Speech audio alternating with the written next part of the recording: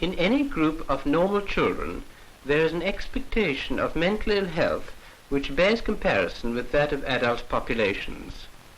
About 1% are destined to become severely maladjusted, 2% delinquent, 10% educationally subnormal, and up to 30% disturbed to the extent of requiring psychiatric guidance. Among children admitted to hospital for psychiatric reasons, all forms of disturbed behavior are exaggerated. Yet, in spite of this, they can be observed playing together and making friends. Very occasionally, among such severely disturbed children, a child may be seen quite out of touch with the rest of the group, living apparently in a world of its own. This is a psychotic child. We are now going to tell you the life story of Margaret, who developed a psychotic illness early in her childhood. In most cases, when a child is brought to the clinic, we have to rely on mother's faulty memory for the early history, but with Margaret, we have at our disposal 3 reliable contemporary sources of information: a family photographic album, a detailed diary, and a moving picture record. All these were intended to depict her general development, but became, with the sad turn of events, an accurate commentary on the unfolding of a psychosis. Margaret's family live in a country town not far from London. They occupy a small semi-detached council house in a quiet neighborhood. Their lives are centered around the local church to which they belong. Her father is an experimental engineer, shy and asociable. He spends his time on scientific research dealing with space travel and is also an amateur photographer.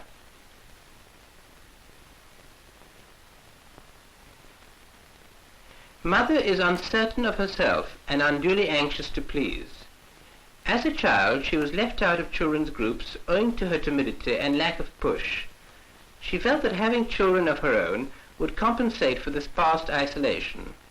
On neither side of the family is there any history of mental illness. Father's camera gave Margaret a much photographed infancy. She was the first of 3 children to enter the family album. Pregnancy and birth were uneventful. She was given the breast for 5 months, but was difficult to feed since she tended to fall asleep. But she was cuddlesome and smilingly responsive.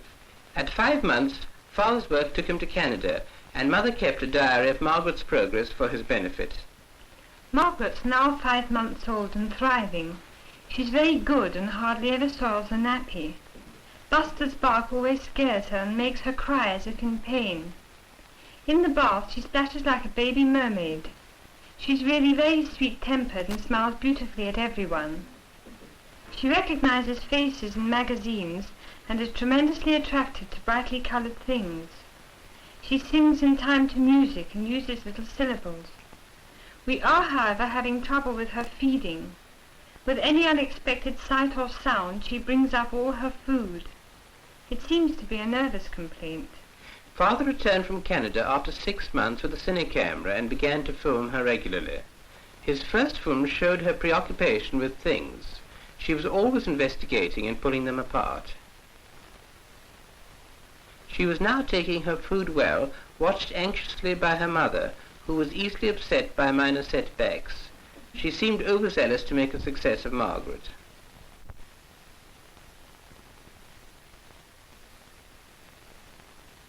At 16 months, she went to stay with her grandparents, with whom she was rather unhappy. But she still appeared a very normal child, as energetic and acrobatic as her years would allow her to be, and ready to complain of little bumps and bruises. She was happiest at the seaside and loved playing in the water. It was sometimes difficult to get her to come out of it. The family dog still frightened her when he barked, but gradually, under Mother's tuition, she learnt to pet him. At 2.5, she wasn't talking as much as before, and spent a lot of time standing aimlessly about. At 3, she reacted badly to the birth of the next baby. At a time when she needed them most, her parents were preoccupied with the newcomer. Despite their encouragement, she showed little genuine affection for her brother.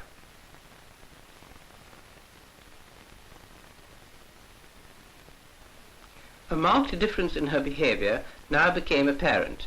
She stopped being cheerful and developed a host of fears.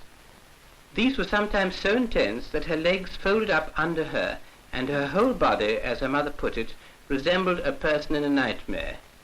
These attacks of terror were accompanied by wild, uncontrollable screaming. Gradually she became less interested in people and more absorbed in herself and her own activities. She constantly complained about bricks in the eyes and would rub them persistently, although there was little evidence of there being anything the matter with them.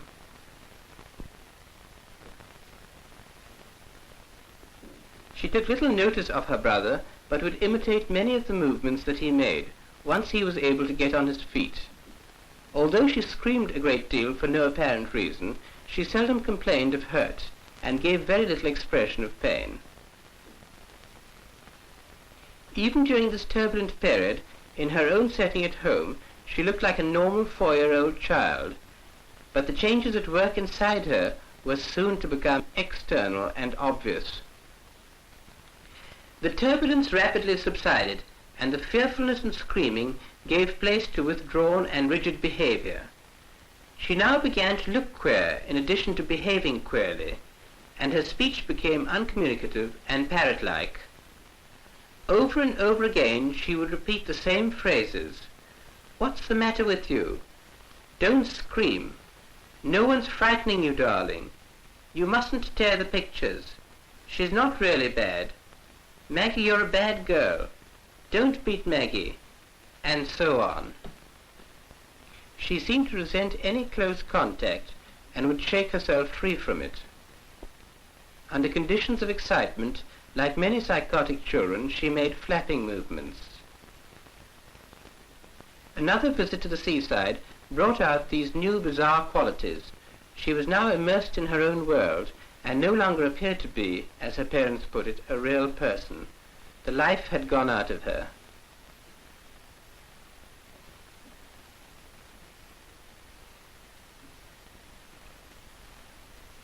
This striking change from an energetic, interested, and extremely happy child into an unresponsive automaton who never smiled at all also showed up clearly in the pages of the family album.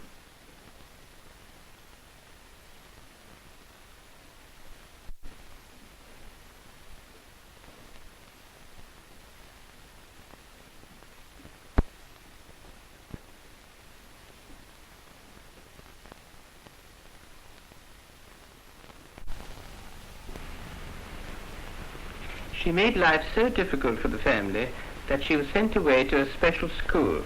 She became too disturbed for them to manage and was admitted at the age of 11 to the Maudsley Hospital.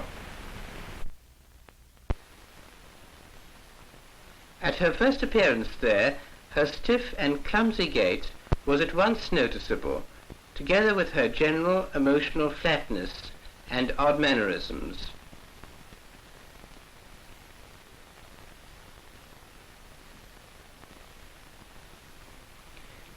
Her daily round is simple and variable, depending on chance encounters with her environment. She stumbles by accident on some pleasurable activity and keeps to it for as long as she is left alone. The sheer physical action of blowing soap bubbles, stirring the soap solution, or licking the soapy tube fills her with a tremulous excitement.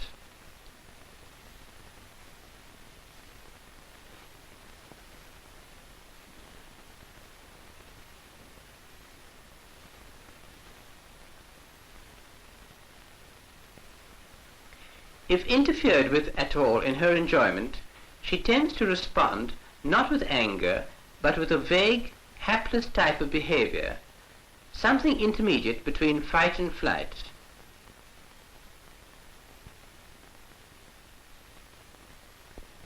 Her feelings are then displaced into some irrelevant activity, like spitting and smearing the spit.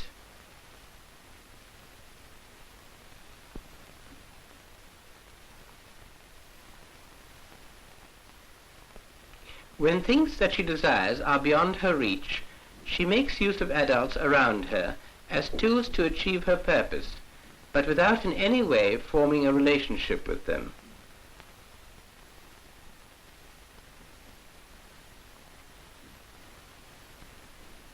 She makes no friends and is uncomfortable and evasive when approached in a friendly way by other children, who often react in a very positive way to her helplessness. She is unable to walk, talk, play, or even fight with them, turning instead to the less demanding inanimate objects. From time to time, in the ward or playground, she can be coaxed to join in group activities. These represent her only contact with other children during the course of the day. She is able only to cooperate in such games when they can give her the sensations which she craves. She looks most pleased when jumping or swinging, and is quick to learn the simple sensory-motor rules involved.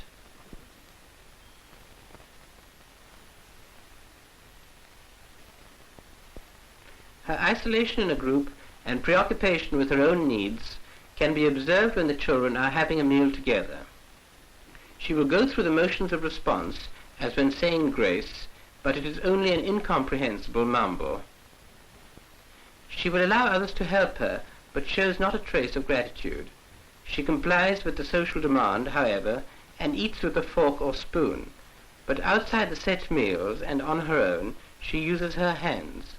She eats fairly skillfully off a plate, but is equally prepared to eat off the ground. There is an animal relish to her eating, and at times her whole body shares in it.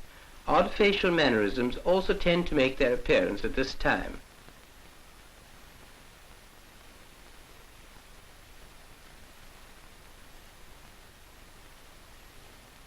Between courses, if there is any delay, she will get up and pace the room restlessly.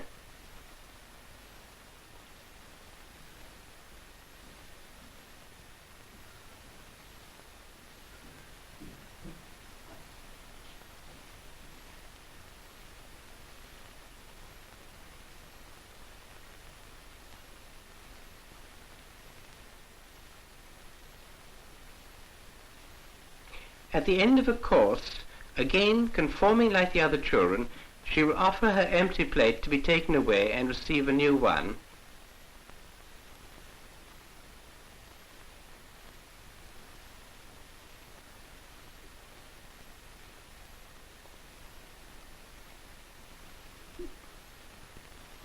Removing her plate before she has finished occasions her no surprise. Surprise is, in fact, an emotion rarely seen in these psychotic children.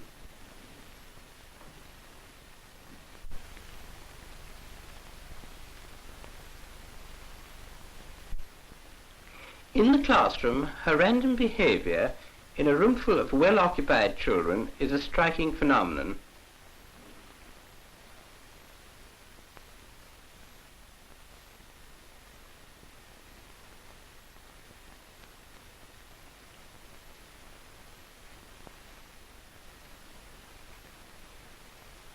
She will weave a solitary passage through the busy room without so much as a glance at anyone, and without any obvious aim except to find for herself some unoccupied corner, preferably near a radiator, and as far from human contact as possible.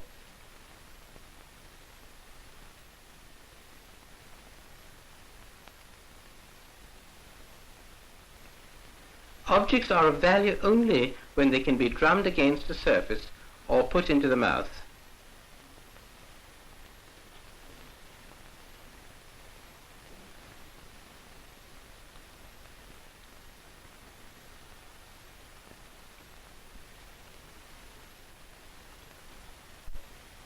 At times she can be induced to turn the pages of a book or magazine, but not to look at them.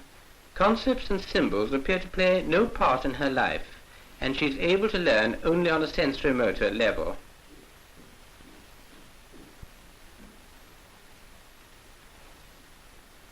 Every now and then she spends a weekend at home, disrupting its quiet. In the ordinary way, Voices are seldom raised in this household, but with Margaret's coming, the youngest child is apt to show a mixture of suspicion and resentment. In the handling of the children, the parents manifest an intolerance of aggressive and impolite behavior. As long as the children are quietly occupied with reading or constructing, they are kind and encouraging, but with any dissension they become immediately tense. In spite of her gentleness, Mother is unable to establish a comfortable and secure relationship with her children. She is constantly perplexed by their behavior, and her movements towards them are lacking in sensitivity. Father is kind and considerate in his handling of Margaret, but her difficulties in making and tolerating physical contact are exaggerated by his stiffness.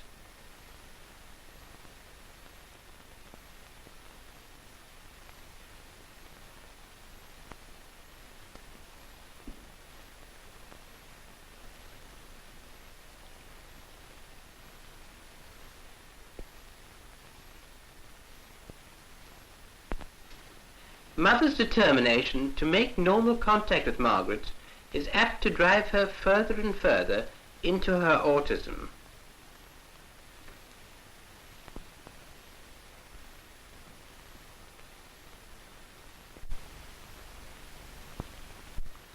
Her great pleasure at home lies in the garden, which affords her endless possibilities for retreat.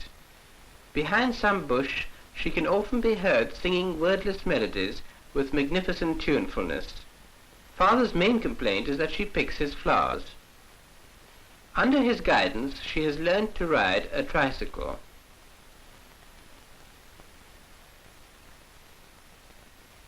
Water holds a special fascination for her, as do all so-called primitive materials. With the watering can to play with, she once again shows the tremulous excitement that goes with her experience of pleasant physical sensations. In this state, she will also drum out a complex rhythm and mumble inarticulately. Like many siblings of psychotic children, her brother seems deeply involved in her strange predicament, and will often force his contact on her to the point at which a normal child might reasonably get exasperated. Although she shakes him off, she takes his teasing with apparent good humor, and he can often provoke her to laugh in a happy, spontaneous way. His relationship with her is the nearest thing to a normal one that she is able to make.